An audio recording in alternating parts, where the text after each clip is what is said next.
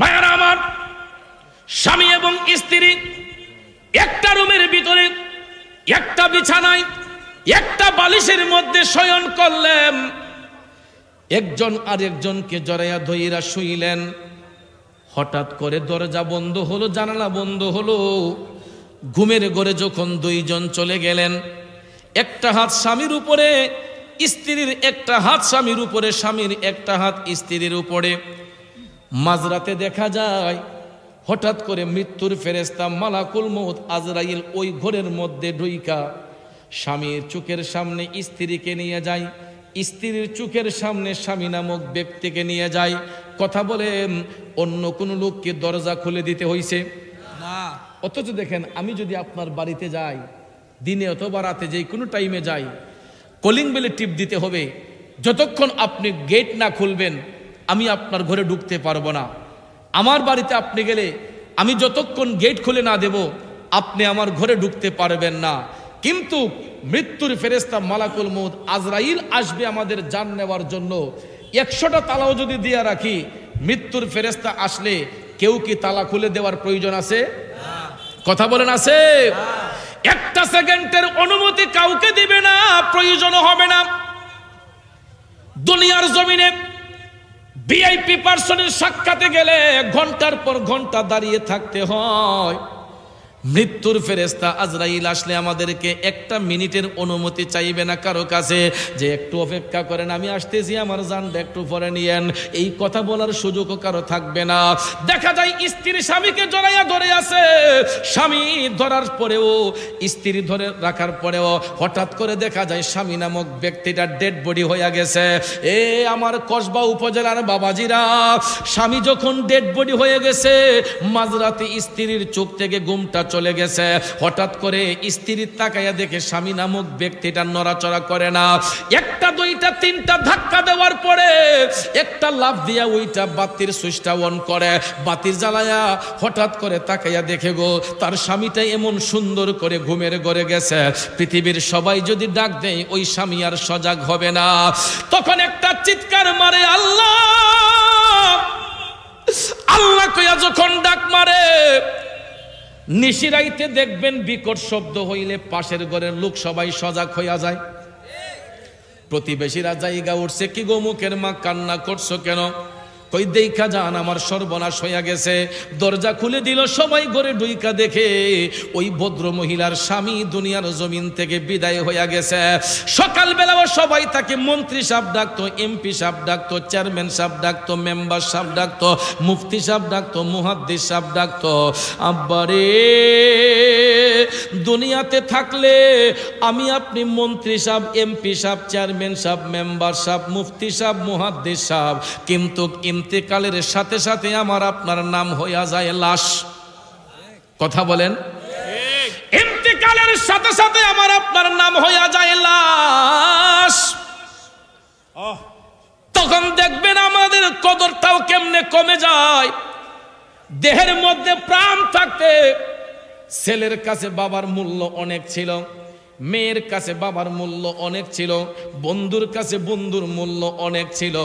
আমরা যত পরে লাটসাব হই না কেন, ইন্তেকালের সাথে সাথে দেখবেন প্রথমেই আমাদের মাথার নিচ থেকে নরম বালিশটা সরিয়ে নেওয়া হয়। ঠিক নি আব্বা?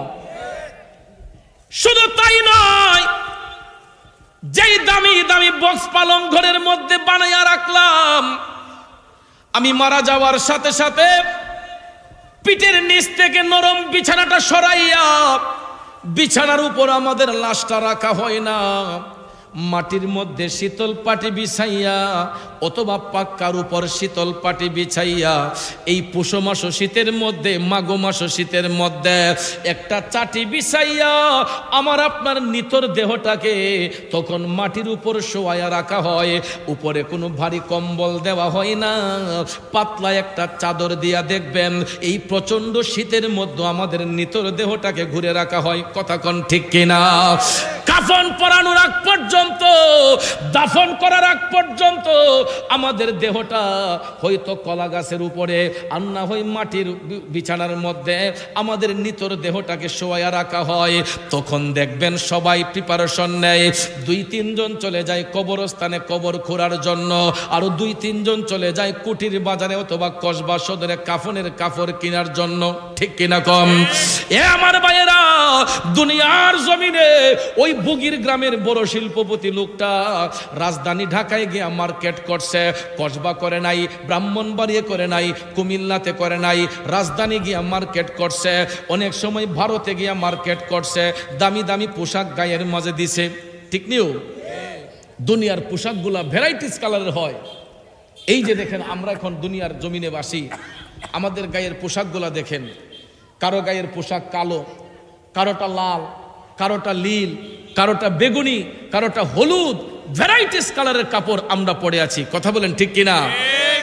দামের মধ্যে দেখেন না কত তফাৎ, দামের মধ্যে দেখেন না কত তফাৎ।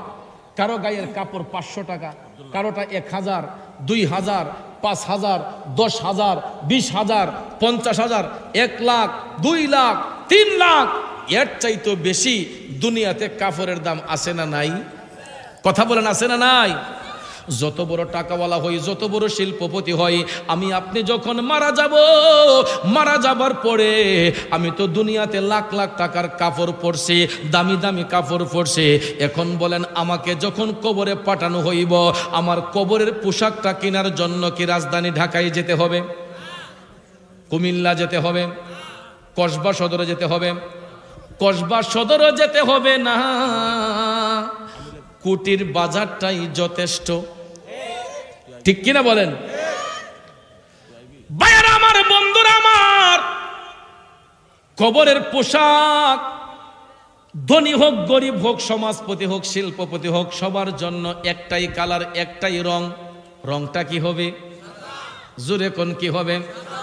আজকে যদি এই বগির গ্রামে একটা ফকির মারা যায়, তাকে যখন কবরস্থ করা হবে কি কাপড় দিয়া? সাদা মার্কিন।